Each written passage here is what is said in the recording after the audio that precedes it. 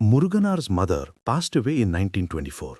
He performed the last rites, took some portion of the ashes in an urn, and came to Bhagwan.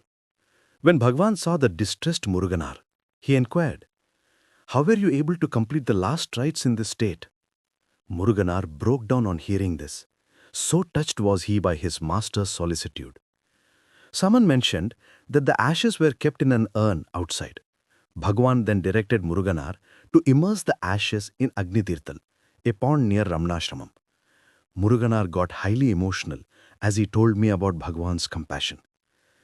He resigned from his job and cut off all worldly ties and came to Bhagwan in 1926, totally surrendering himself. Bhagwan welcomed him wholeheartedly. From then on, a new chapter in Muruganar's life began. Muruganar tried to assist the ashram management in its day-to-day activities. He tried his best to perform his worldly tasks efficiently, but his whole attention was turned inwards, towards practice. He felt he was not fit to do any worldly work and wondered if he should just leave the ashram and live independently. When he expressed this, Bhagwan encouraged him to move to nearby Palakotte. From then on, Muruganar spent most of his time at Bhagwan's feet, leading an austere life and freed from worldly duties. "I think I should beg for food," he suggested to Bhagwan one day. Bhagwan gave his consent in a beautiful and natural way. In Muruganar's case, he did not say, "All right, go and beg." Instead, he gave him the names of the streets where he should and the one street he should not beg. Muruganar felt greatly blessed. He would beg for food and then bring it to Palakotte. Being very fastidious, he would go to the pool there, wrap the food in a cloth, tie it to a tree, and then go about elaborately washing his hands and feet. On many occasions, monkeys stole his food and he went hungry. Yet he never complained. On the contrary, he was happy to starve.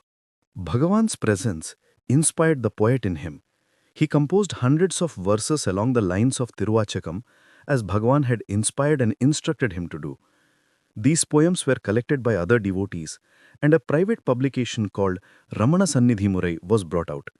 The beauty of this book is that it has 1,850 extempore verses seen, edited, and titled by Bhagavan. What is the importance of this book?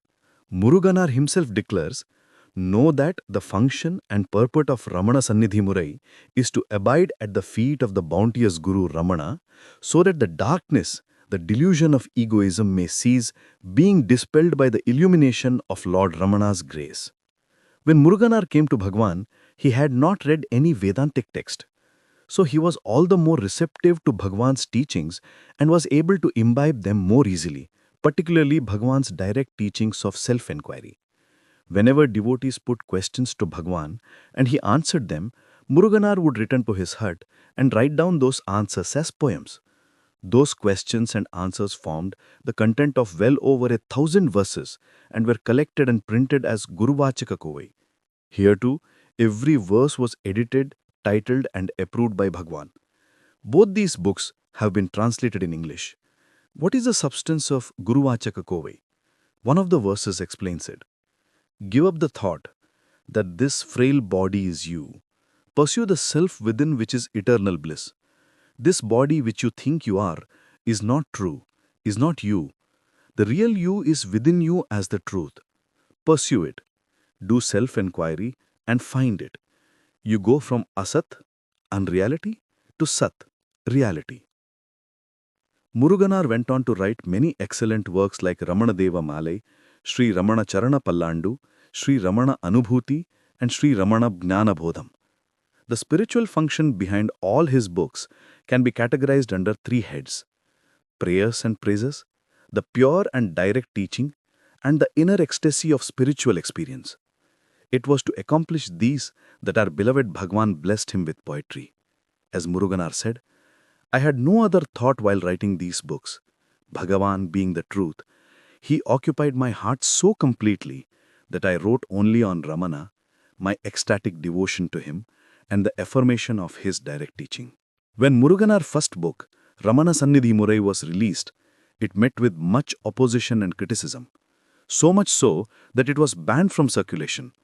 The reason this book was so vehemently opposed by the ashram management was a verse in the book which said, directing his supreme grace, with a single intense glance, Bhagwan Ramana rooted out my ego and bestowed on me in exchange his own state of supreme bliss. This was an extempore verse.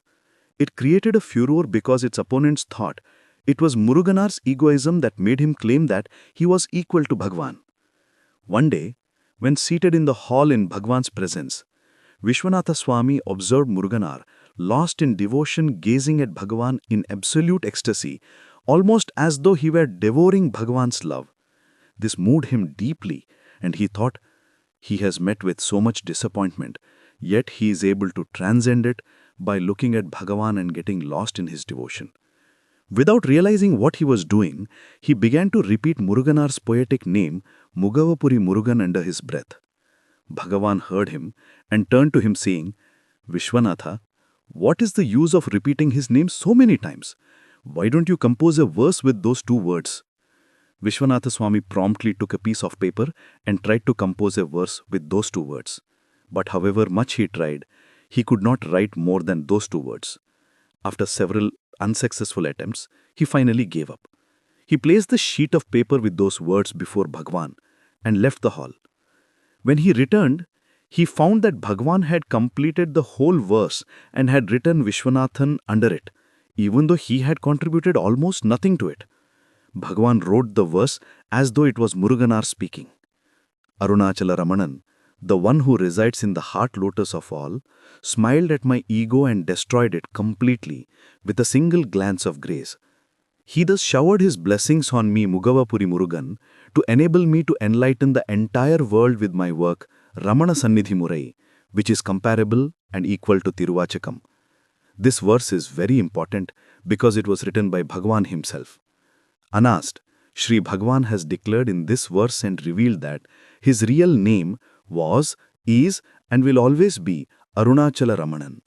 Then, Bhagwan assures us that he ever resides in and as each of us equally in the heart.